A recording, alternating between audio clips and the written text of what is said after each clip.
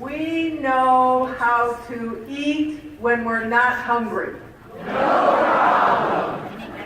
We know how to eat a whole container of Haagen-Dazs ice cream.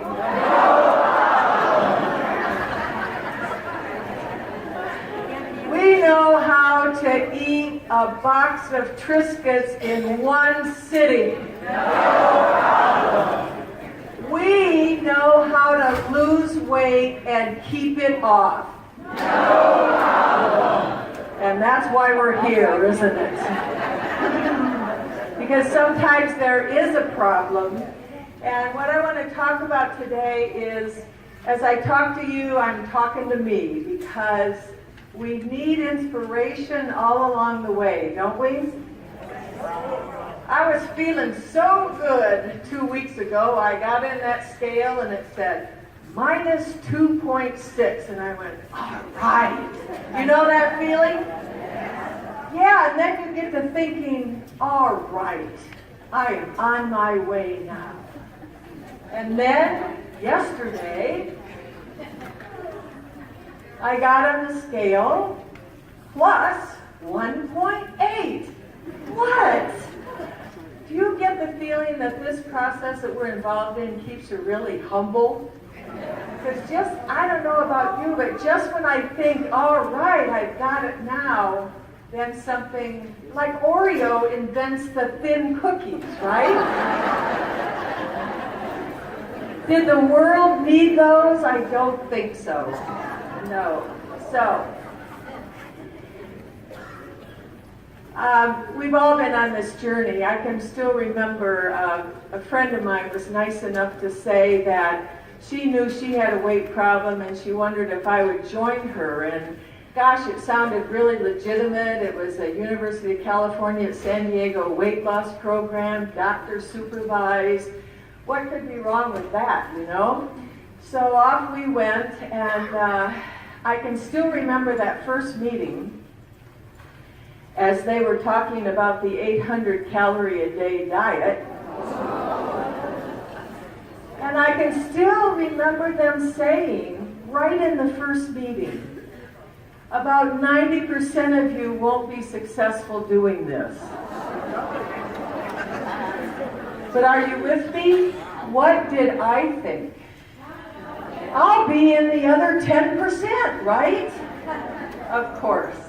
So off I went on my 800 calorie a day diet. And you know when you reach a certain point and you're just had it, you know, when you just know there's something that you've got to do. It was great losing 81 pounds, but I tell you, I had to lose 50 pounds before people started saying anything. Have you been that way place too? So eventually I got down to a point that I hadn't seen since I think I was 15 years old. I'm not sure, but I think. And then of course, as you know, then it starts creeping up and creeping up and creeping up. I don't mind being a loser, but I don't want to be a creep. You know what I mean? Yeah, so I really am so grateful for this organization, because I had been involved in TOPS many, many, many years ago when the seed was planted. And then when it came time to just do an act of power, is what I call it again, I remember that experience with TOPS and how friendly the people were, and frankly how affordable it was and how supportive it was. And so that's why I came back to TOPS. And I've been about a year and a half, and I don't intend to go anywhere. I think, like one of our TOPS ladies said, she says, this is my last stop. This is it. If it doesn't happen here, it's not happening anywhere. And I know what the challenge is. Believe me, I know what the challenge is. I tried to apply what happened for me in quitting cigarettes to food. It didn't work. I could quit cigarettes. I decided to, here's my little story about that, that I thought, oh, this will work with food too.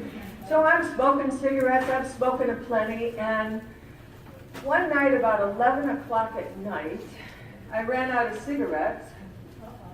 I got up out of the bed, I got dressed, I went to the store to buy a pack of cigarettes.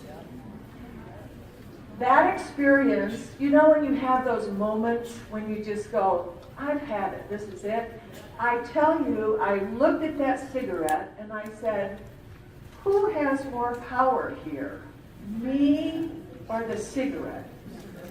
That ticked me off to think that that cigarette had more power than I did. I promised myself I would give myself, and I quit 7 times before then, but I promised myself I would give myself a birthday present and I would quit smoking. I would smoke a plenty on the day of my birthday and then I'd quit afterwards. So I had a great birthday. I smoked a plenty. And then the next day I quit. 3 days later, I'm out to lunch with a friend who's still a smoker. It was when you could still smoke in restaurants. Those were the days, right? And so my friend lights up a cigarette. I look at that and I feel my hand reaching up across the table to get one of her cigarettes. And I'm not kidding. In my mind, this voice came on and it said, don't do it. It was so loud and I was so shocked. I pulled my hand back, and that was 30 years ago, and I haven't had a cigarette since then.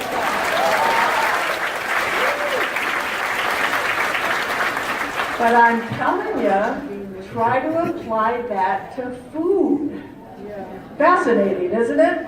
All right, and so my presentation today is called Vital Signs for Life. I managed to actually write 2 books. I think the birthing process was, I could have built an elephant long sooner than it took to write those 2 books.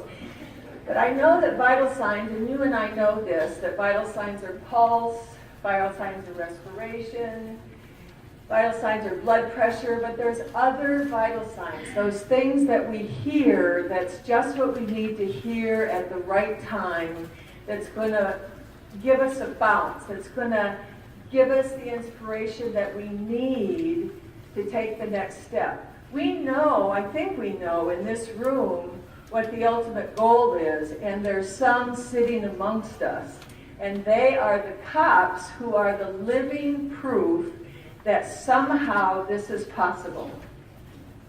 And I think we owe them something. Let's give them a round of applause. Clap like you mean it. Clap like you mean it.